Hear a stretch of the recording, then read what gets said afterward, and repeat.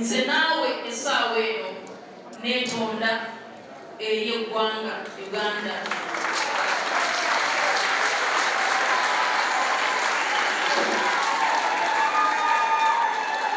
Banange mbeetondera kubanga ebintu bye twakola mwali temusuubira nti musobola obiraba kubanga twamala ebbanga nga tukwatagana bulungi. Twali tulina kikola naye ng'akyali mulamuko twakiteesaako naye n'abeera bize. Naye nze naye nga tufukamidde wano nsooka okwetondera ekkanisa eya Revival Church ali wamu n'emisumbayigo. Banaye mutusonyiwe okuba nti twatuuka okweweebula okutuuka awo ekintu ekyabamenya emitima mwayimirirawo nnyo ku lwaffe. Mbasaba mutusaasire mutusonyiwe nze wamu n'emisumbayiga banaye ekintu kye twabalaga si temwali musuubira. Ekyokubiri neetonda eri families, family ya Musumbayiga ne family ya Magi Kayima.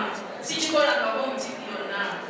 Neetonda abazadde bange ebintu bye mwalaba bwega batuusa wonna tubadde basaba beetondere. Era nga nfukamidde ku maviivi gange mu ggwanga Uganda lyonna abasalira Musumbayiga omusango, abasalira Magi Kayima omusango. Nfukamidde essaawa eno nga njatula n'akamwa kange nti mukwano gwange okuva n'olwaleero sikuyinaako obuzibu. Okuva ku ntobera mutima gwange sikuyinaako obuzibu Musumbayiga. Tuli bantu tusobya, nakusobya nange wansobya. Naye twalina okwetondera eggwanga ne tutasobola kutuukirira Mukama akututte. Naye mbadde nsaba sikuyinaako obuzibu okuva n'olwaleero. Era ebintu by'osinga okwagala bimanyi music. Era nga nyimiridde na Revival Band emabega wange Musumbayiga nkukakasa endongo egenda kuvuga.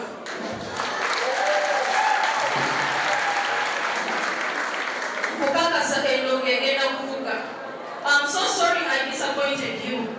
Nkusaba onsonyiwe era nkimanyi kyenkola essaawa zino you are smiling. Music ajja kuvuga.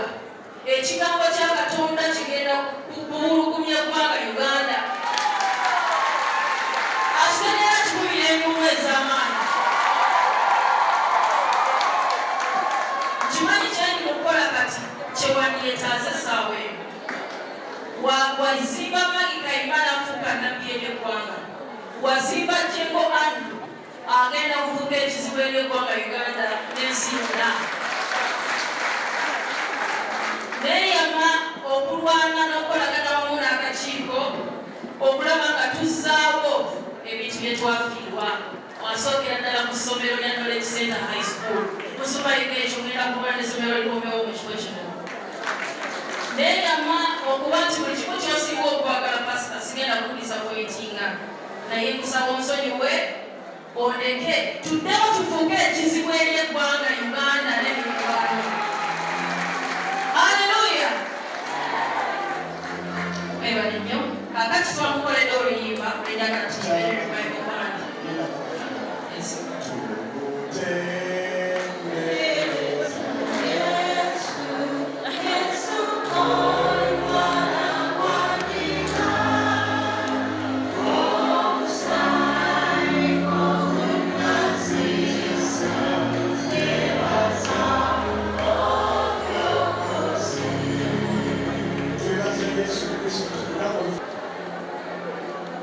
One time in 2015, they presented our program again at the film. But since then, I've been guilty and stricken. I think 2 weeks back, one of the manager the jobs, I didn't do.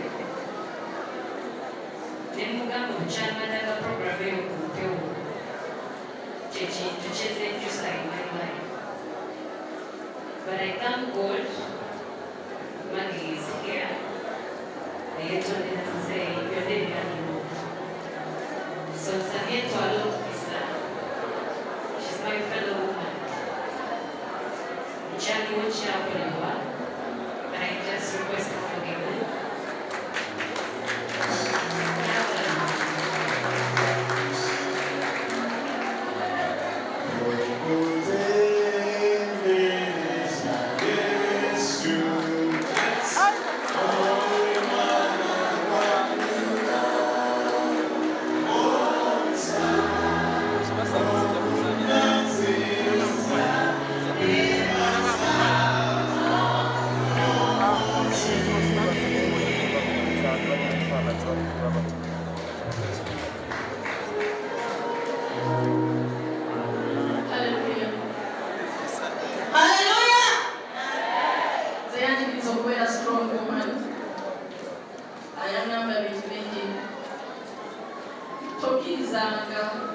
kulaga nsi you are broken. Tokkiriza kulaga nsi abalala bakufightinze obalage nti yes, you give them a chance to celebrate kino wakuwangudde. So musawa yaleero amanyi he's smiling. Aisha spina muzibu bakutoya omutima gwange nakwagala ne remember very well kamukyali kunakiseera high school. Aisha sikulina buzibu nsaba Mukama atuyambe azeewo collection yaliwo wakati waffe okuva n'olwaleero. So kati badde nsaba twankolera oluyimba baluyita omukululo Legacy, yes. Legacy. Bali kujjukirako ki ng'ogenze nkimanyi tuluyimba nga tuludedicatinga gyali okulaga kikyalese mu ggwanga. Nsaba owuliriza ebigambo. It's a danceable tune.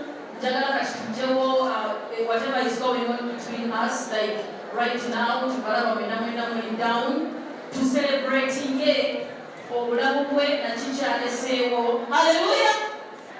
Are you ready to celebrate? Okay.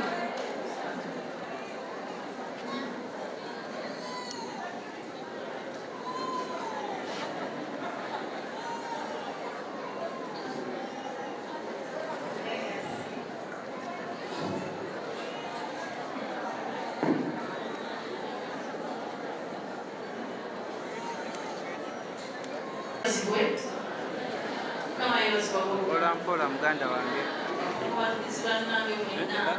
namba ono sisanyuse kubeera mu kiro kino nga tusefungubaga naye simanyi I don't even know what to say because in our mixed feelings olwa buli kimu ekigenda mu maaso lwaki twaviiriddwako mukwano gwaffe ng'agenda obutadda naye zibwe mpola muganda wange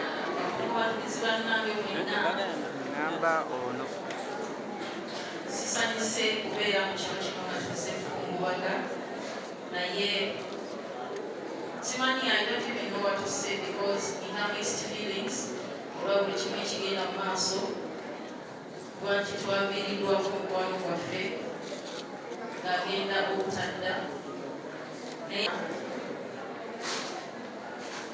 nali nteeka endongo yange ya gita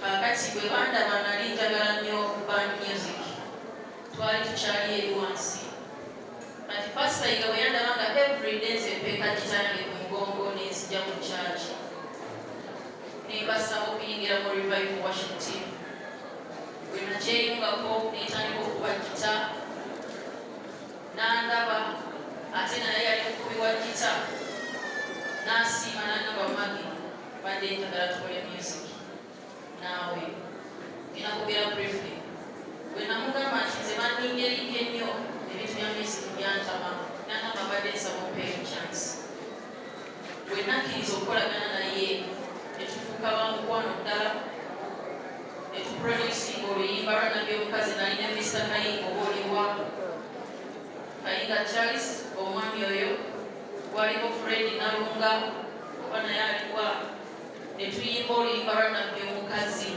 olwafuuka ekizibu ery'eggwanga Uganda. Twasooka ne tuluyimba nga lugamba nti mu kibuga ky'Ekawala mulabiseeyo nabbi omukazi abantu ne balaba nga tulinga abakubira kyaki enakalango naye nga bwali creative n'agamba tugende tulukyuse nti mu ggwanga lya Uganda tugaziye boundaries tuleme okukifuuka nti kibuga ky'Ekawala. So that's why Pastor Iga bwe twayinga oluyimba mu ggwanga lya Uganda naye yagowenga international kubanga buli wamu wonna mu nsi zonna tewali atamanyi Pastor Iga abizzaayo ekyo akitegeera yakibireegaleza amaanyi. Tukoze ebintu bingi naye kyensinga omumanyako mukwano gwange ayagala nnyo music obulamu bwe music. Abantu be nayogeddeko nabo abasinga bavadde ku lusegere baŋŋambye yafudde ne gitaali emitwetwe. Ekyo kirina message kyekitegeeza. Ayagala ne music yaŋŋamba nti nze siri muni wa mwenge sigenda mu bbaala music bwe bulamu bwange. So kati ebbanga linamala ne Pastor Iga tukoze ebintu twakola ebintu bingi naye era kyensinga omusiimako kyesirifa seerabidde. Yandabamu trust nga nkyali teenager, ebiseera ebyo nalina emyaka 19, naye nandabamu trust, nandabamu obuvumu, nandabamu omukono ogulagula abantu, nandaba nga sinaba na kukyerabamu. Nangamba Maggie, kino osobola okukikola. Katonda alina abantu be yateeka mu mikono gyo. Njagala oyimirire. Ne mugamba nga sibisobola. Nangamba nzigenda kuyimirira naawe. Pasita Ida ye yanzimba okufuuka kyonna kye nafuuka mu ggwanga. Ekyo ndifa sikyerabidde. Nange tukubiriza. So kaakati mbadde nina ekintu kye njagala okuyisa eri eggwanga. Ngenda brief kati njagala kutuuka ku nsonga n'enjagala oyisaawo before we sing a song from him. Ekintu kye njagala oyisaawo nakomawo mwawulira ebbanga lyennamala naye n'obuzibu bwe twafuna naye nabwo bwasasamaza nnyo eggwanga, kubanga twali twakwatagana nnyo, twakola ebintu bingi nnyo. Omwali Revival Band, omwali ABS Television, kuba twagitandikira ka laptop nga nze nteekayo ebyo byonna music biki byonna n'eddoboozi eryo lye muwulira ebigamba oli mukulaba television ABS ekuumiza eddoboozi ly'amaanyi Kayimana by'omukazi. Netukola essomero Valita Knowledge Center High School era ne tuliteeka wano ku kizimbe. So kaakati twafuna obuzibu bungi olw'ensonga nti eggwanga lyali lyatumanyiire okubanga tukolera wamu mu buli ow'emyoyo ne mu kusanyusa abantu mu music alina okugatta abantu mu laabu. So bwe nakomawo ng'ebizibu ebyo byonna bimaze okugwawo ne mugamba mbadde nsaba twogere, nze kennyini neesitula ensija ne mugamba bwekyangamba wano ntambudde mbise mu bantu abasinga obungi nemereddwa okusanga omuntu akufaanana.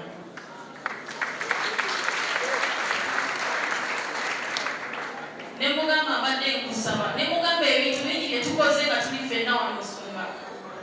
Maze kuva mu kifo kino nentegeera nti ebintu bino bibadde biwuma eggwanga. Banaye kyenjagala mbategeeze, kasita olaba empalana nga nnyingi ng'abantu bakusongamu ebyo bagamba oyo simanya mufere ng'omanya oli ku kituufu.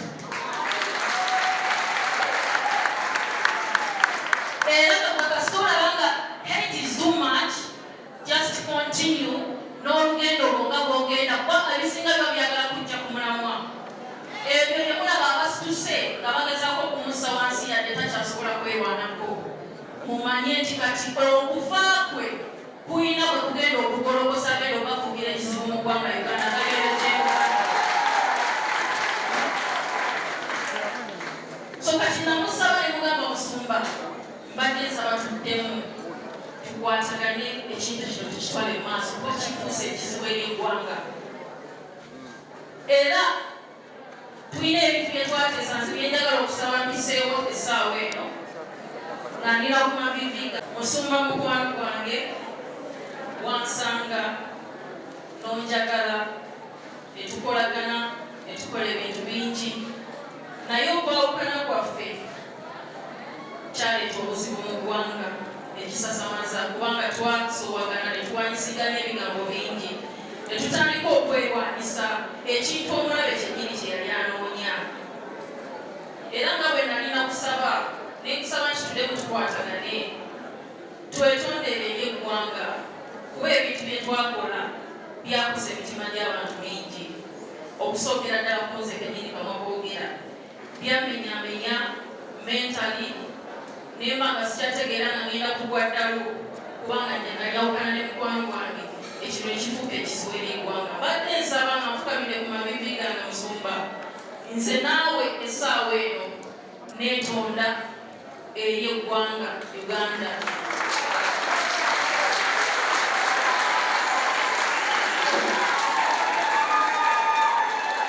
Banange mbeetondera kubanga ebintu bye twakola mwali temusuubira nti musobola obiraba kubanga twamala ebbanga nga tukwatagana bulungi. Twali tulina kikola naye nga kyali mulamu kuba twakiteesaako naye n'abeera bize. Naye nze naye nga tufukamidde wano nsooka okwetondera ekkanisa eya Revival Church nali wamu ne Musumba.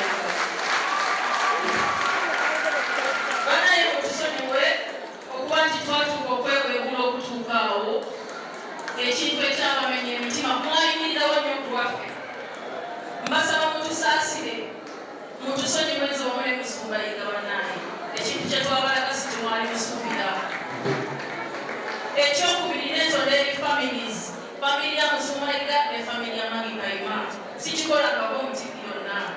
Neetonda abazadde bange ebintu bye mwalaba bwega batuusa wonna tubadde basaba beetondere.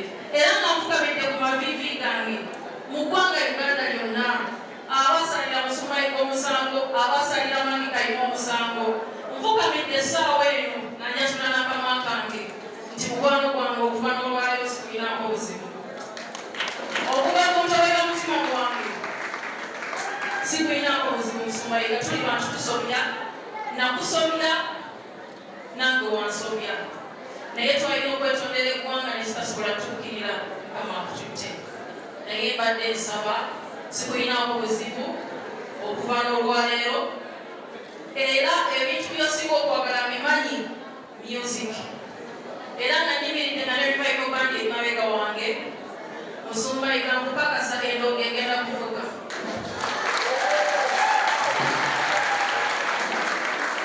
Nkukakasa endongo egenda kuvuga. I'm so sorry I disappointed you. Nkusaba onsonyiwe era nkimanyi kyenkola essaawa zino you are smiling. Music ajja kuvuga. Ekigambo kya Katonda kigenda kuwulugumya eggwanga Uganda. Akitenera kikubira ennyumu ez'amaanyi. Nkimanyi kyandi mukukola kati kyewandyetaaze essaawa eno.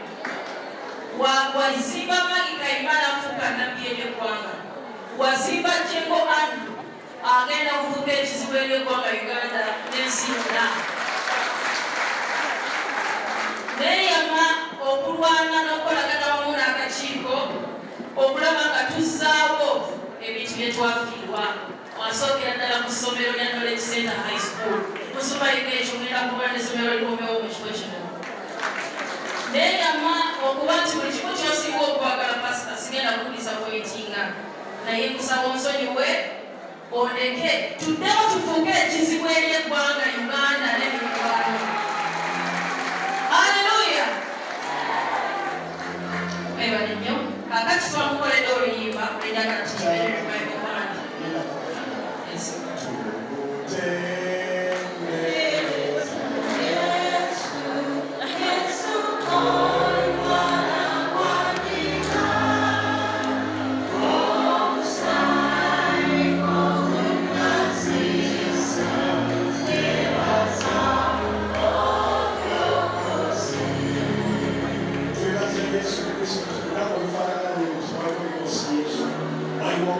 Vai